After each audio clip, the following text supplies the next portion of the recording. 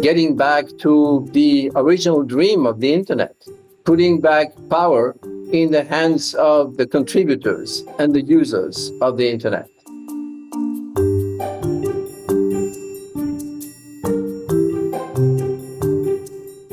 Welcome to the Curious Advantage podcast, an exploration of the idea of curiosity and its increasing importance for thriving in the digital age, from the authors of The Curious Advantage.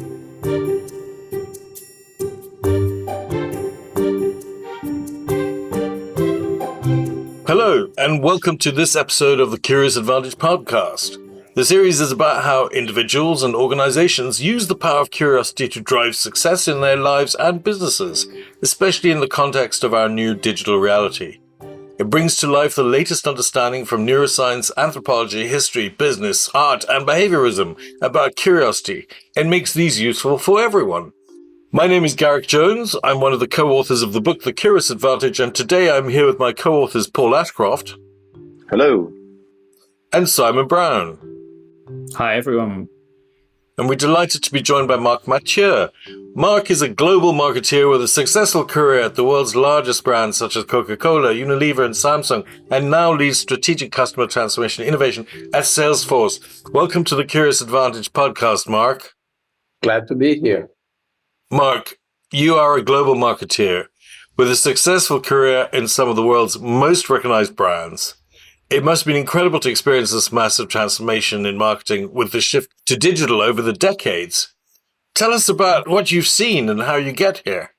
It's been a fascinating, evolution, to say the least. And I'm actually really excited that it keeps on changing. There is never a dull moment in the world of a marketer and the world of brands. One thing that I would say I've always thought about marketing and brands in particular is the fact that for me, a brand is really a product to buy, but also an idea to buy into. You always have those two sides of the coin, between the product and what it is that you're trying to put, in the hands of your customers, but also the idea behind the brand that you're trying to make them, fall in love with.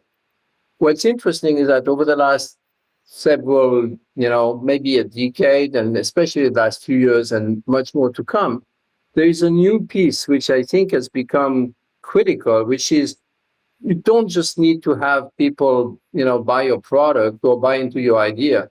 You also need to have the real buy-in of a community of people in what you stand for, in what you're doing, in your activities. And so this idea of putting the power back into the hands of not just the individual customers, but the community, and how the community works together to adopt or reject. Would you say that's the biggest shift that's happened with digital today in the way that the world is reconfiguring itself?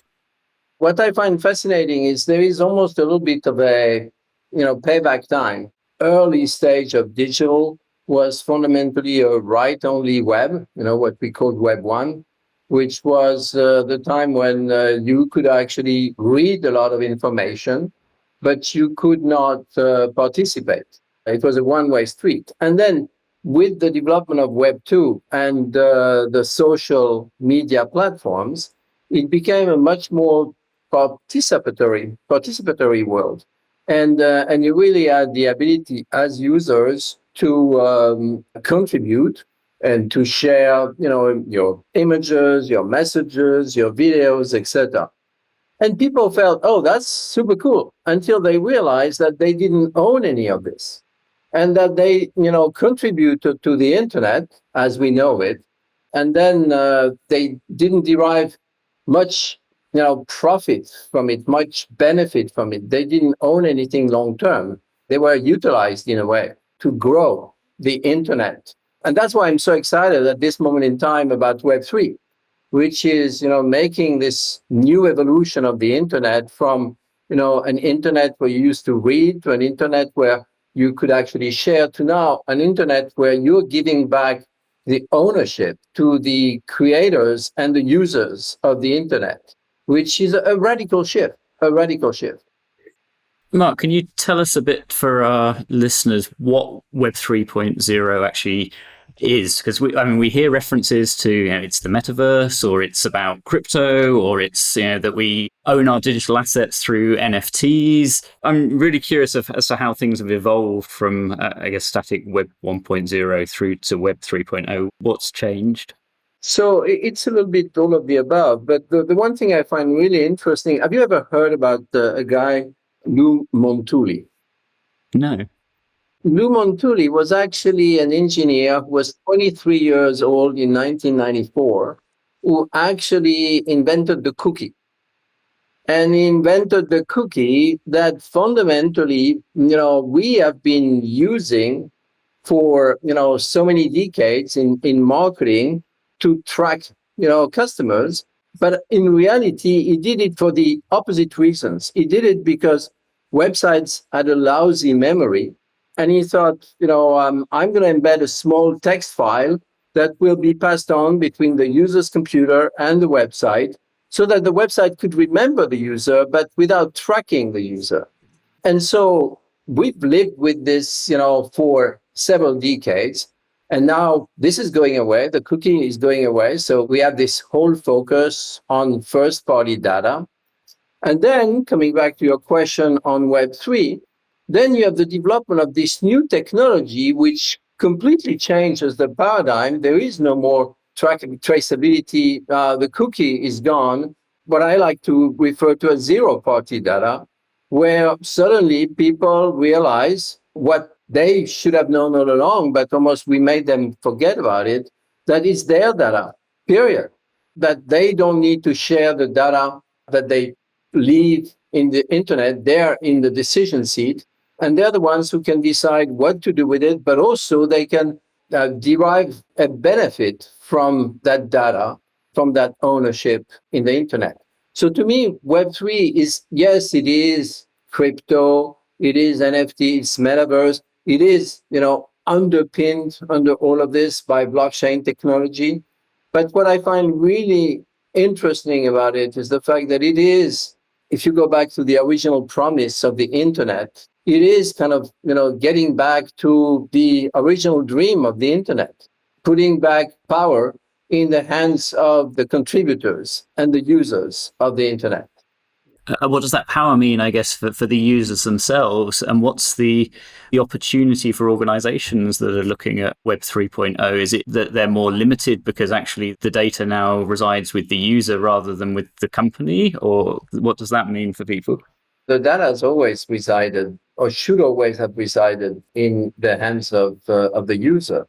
The fact that somehow some big aggregator, took that and said, it's mine, I own it and I'm going to, commercialize it, is actually a little bit of an oxymoron.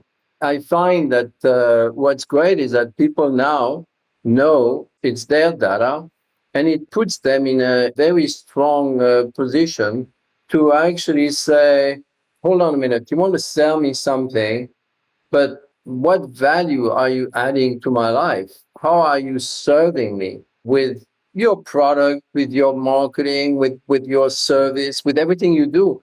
How is that of service and of value to me? And I think this paradigm shift from selling to serving and this servant mentality, to me, is a wonderful evolution. And we've seen it accelerated, by the way, during the last couple of years with COVID, where people suddenly have been much more aware of their rights and their choices, much more able, because everything was done digitally on the internet, so they had full access, limited only by their ability to utilize the technology. And suddenly, if they were not happy with the way a brand was serving them, they shifted brand overnight. Yeah. And vice versa, if they encounter really good, not just customer service, but service in general, a brand that understands them and that really gives them what they want far beyond the product, then they became true fans.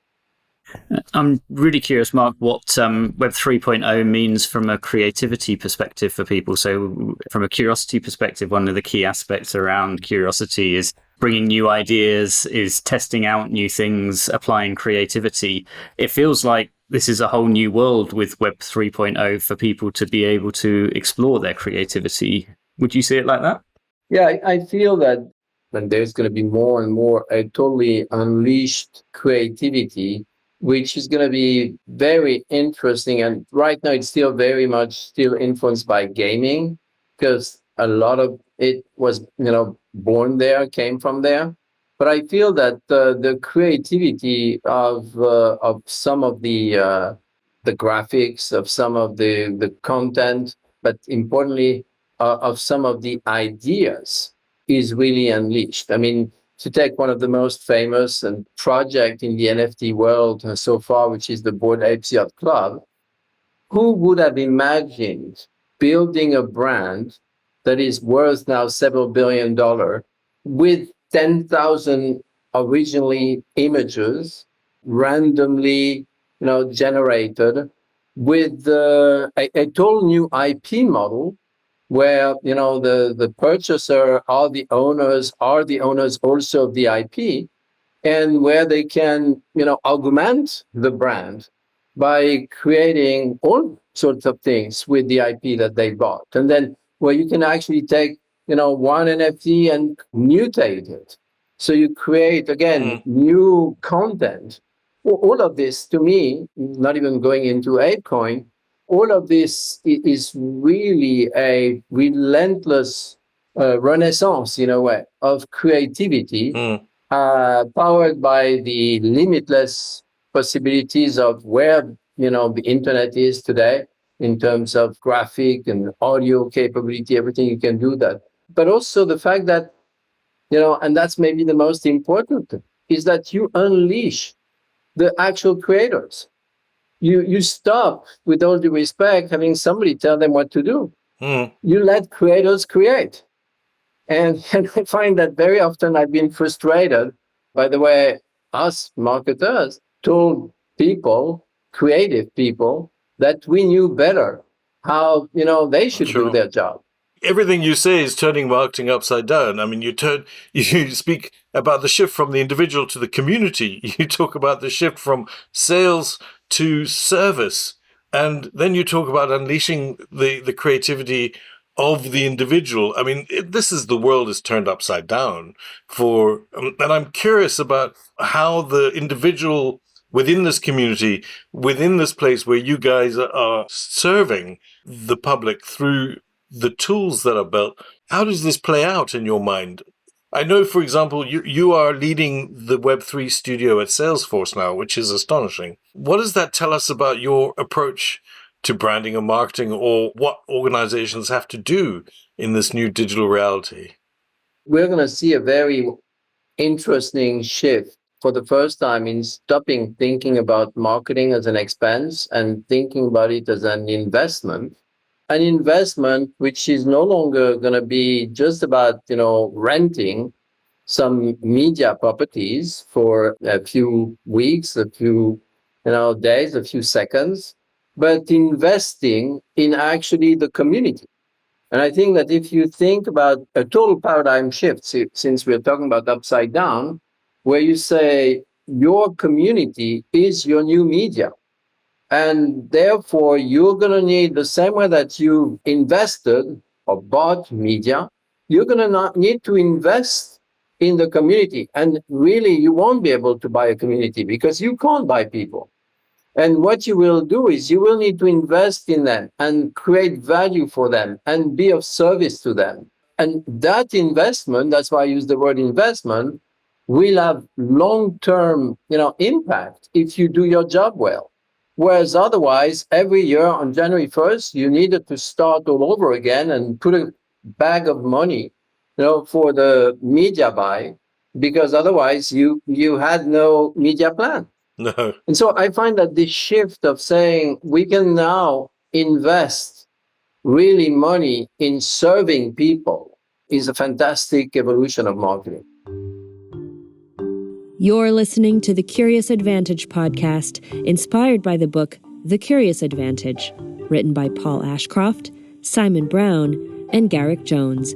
Subscribe to the podcast today. Marc, the other thing that we're very curious about is the metaverse. And thinking about what you were just saying around communities and where our communities are going to be, well, some of our communities are now going to not be where they used to be, frankly. And we're seeing all kinds of organizations lean in quite heavily, from banks to retailers, and other organizations. Could you tell us a little bit about what are your experiments with the metaverse? Where do you see this going next? What's interesting is when you look at the metaverse, which seems very alien to a lot of us, the reality, you have the Gen Z, but even more so the Gen Alpha, that actually, are born with it. The generation Alpha is going to be the largest generation ever, 2.5 billion people.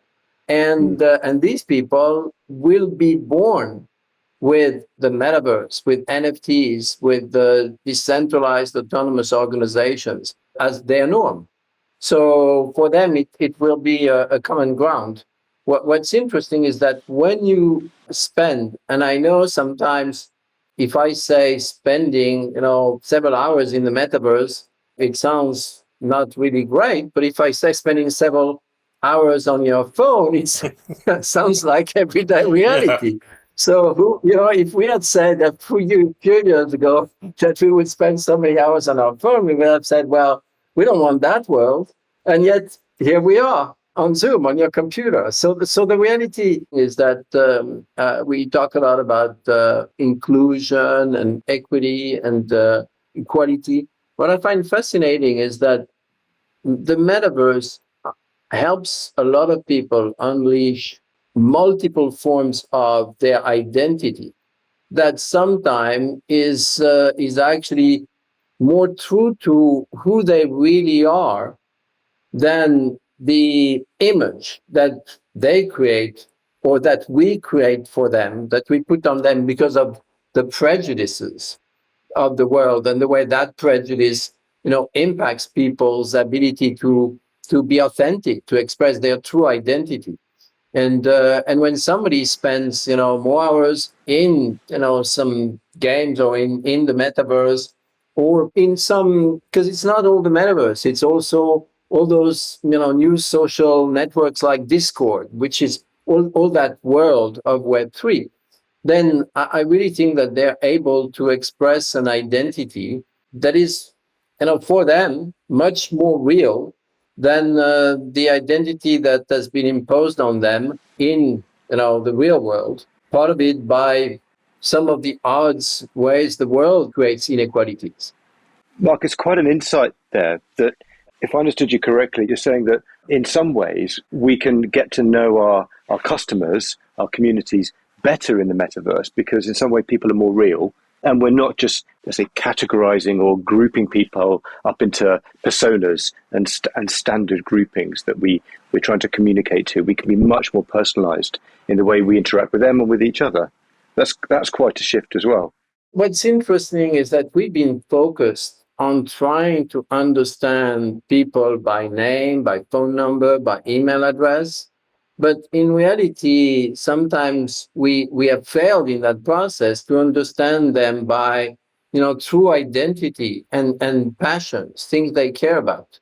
And in this new world where, in a way, the digital wallet is the new cookie, where what's in your wallet is totally transparent. Everybody can see what's in a wallet. What you can't see is who owns the wallet. But do you really need to know you are Garrick or you Paul or you Simon in order to be of service to you?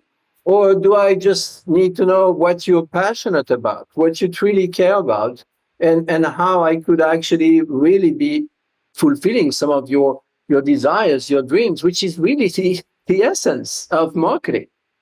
That then creates all sorts of challenges because potentially people can have multiple avatars, that they might have a professional avatar, they might have a personal avatar, they might have whatever else. As you say, the wallets are then anonymous, maybe, so therefore those avatars can't be traced back to an individual person. So our traditional ways of understanding someone, as you say, email addresses, telephone numbers, all of these, no longer applies, but my interests do. So I guess it brings it back to what you were saying earlier of, as a marketing organization, how to service that. And it can't be a superficial trying to sell. From what I'm hearing from you, it's much more, I have to serve that community with a genuine interest in my product or my area. How does that change the whole marketing paradigm? Well, that's exactly the question I wanted to ask too, Simon. The way I visualize the metaverse is through Luc Besson's film, Valerian, and the Man of a Thousand Faces. And they go into this enormous supermarket, and it takes place in a game essentially. But how do you market into this? Yeah. And again, I feel that I like everything. I personally don't think that it's all about the metaverse. That's why I'm really interested by the underlying principles of Web3, which is the blockchain and smart contract, because that's really the game changer.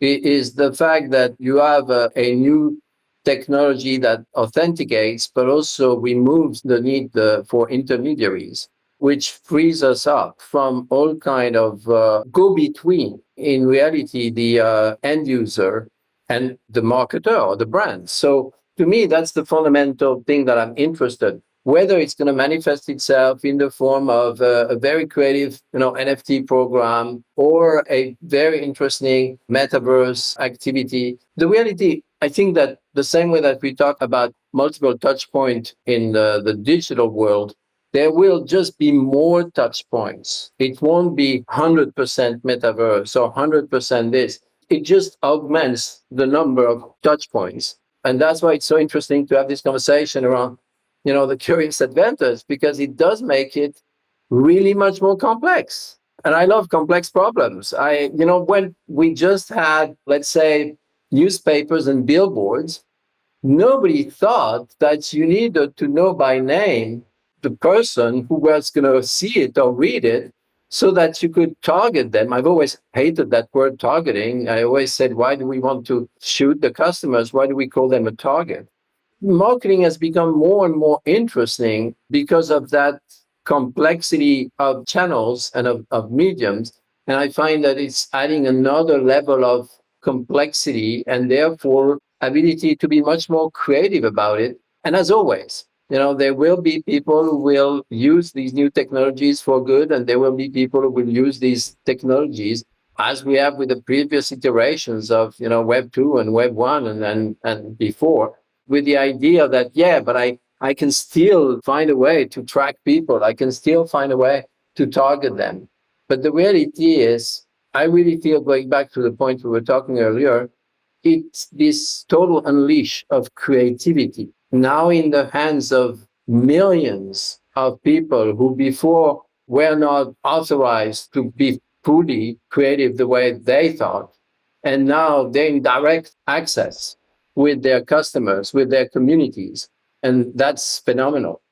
Marc, I know you're a curious individual from our conversations to date. How has your own personal curiosity helped you to navigate through your career as a marketeer, but in particular, how is it helping to navigate at the sort of forefront of this new world that we're seeing at the moment?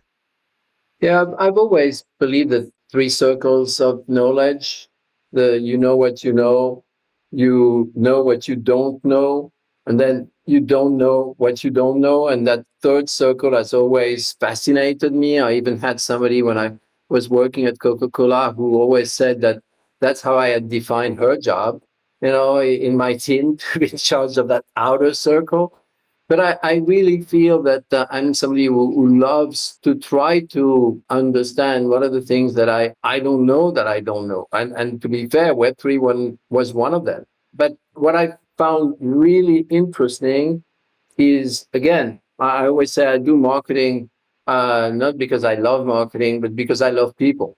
What I find interesting is going back to the original promise of the internet and this putting back power in the hands of the creators and the users is that it is actually putting people back at the center of marketing, as opposed to putting people at the end of a chain where we consider them consumers and their job to be done is, as is to consume. Are there any tips for anyone out there who, as a leader, is also navigating in that world of sort of ambiguity and fast-moving digital tech? Any suggestions from your experience on how to lead through that ambiguity? One of the things I'll say, and we probably have talked about Web3 far too much, the average user and the average development of the technology today. But one of the big challenges of this new field, new evolution of the internet, is kind of like a rabbit hole. Once you get into it, can't get out. You just want more. You have this appetite. And so I would say pay attention to what you want for, because once you lean in, then it's endless new possibilities. So some people may not want to be too curious, because it does, add a significant number of hours to your day. And my day, just like yours, is still 24 hours. But the reality is that it's a world like every new technology, right now, completely uncharted. And that's what excites me, is that whoever leans in can not only learn a lot, but shape a lot.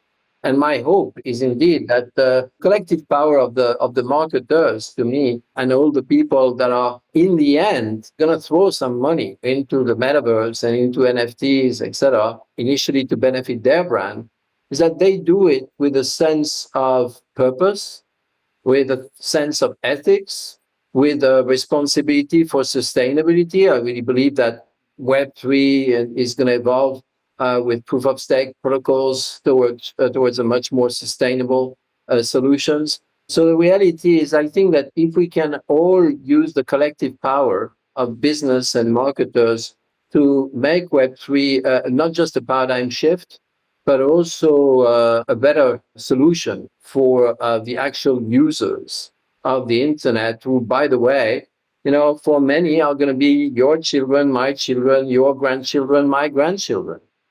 Marc, it's been fascinating talking to you. It's a whole brave new world. And one of the things we talk about in our book is how do you enter new worlds and how do you approach it? How do you deal with it without being afraid? How do you build confidence? How do you learn and map and so on? But you've been talking to us about things like Web3 and also the inventor of cookies and communities, the shift from the individual to communities that all this new digital world is bringing us, from selling to serving, how it impacts on our approach within it. But you also talk about how marketing is shifting to becoming an investment, especially for the Generation Alpha, the 2.5 billion young people who are coming next, who will be brought up in this world that has been created. You talk about decentralized autonomous organizations where, that's going to become the norm. The metaverse, where we have multiple identities and our digital wallets being the new cookie rather than our identities. It's spectacular how you're selling to the avatar, not selling to a person. The identity is the most important thing. I mean, I've taken away so much. The underlying principles of blockchain and smart contracts being really important, and the unleashing of the creativity of these billions of people who will have direct access to the market, and how this has the potential, whether we achieve it or not, we don't know, but has the potential for unleashing sustainability by having proof of state and so on, can bring about a magnificent shift in the world as we know it at the moment. That's a lot. And we've done a lot in a short amount of time. I knew speaking to you is always a pleasure, and there's always full of exciting ideas. If there's one thing to leave our listeners with, Marc, what would it be? Yeah, one of the things I had to do with this new world is I had to shift one of my marketing mantras. And I used to say marketing used to be creating a myth and telling it, and it had shifted towards finding a truth and sharing it. That was my definition of, Web 1 marketing, or, creating a myth, advertising, telling it, big media, to finding a truth, being much more authentic and trustworthy by the customer, and sharing it using social media. And for me now, I've added a third chapter, which is join a community and serving it. And this idea of joining a community and being of service to it, serving that community is really important. And when I say joining, you really need to join, but you also need to, you can't choose it. You can choose the affinity that you think you have with that community, but the community needs to choose you. And I find that this, new iteration from telling to sharing to serving is really incredibly exciting. That's brilliant, Marc. Thank you so much.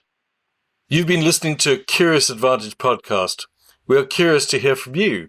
If you think there was something useful or valuable from this conversation, join the community. We encourage you to write a review for the podcast or on your preferred channel, saying why this was so and what we learned from it. We always appreciate hearing from our listeners and having a curious conversation with all our subscribers. Join today, #CuriousAdvantage. The Curious Advantage book is available on Amazon worldwide. It's a bestseller. Order your copy now to further explore the 7 C's model for being more curious, and subscribe today and keep exploring curiously. See you next time.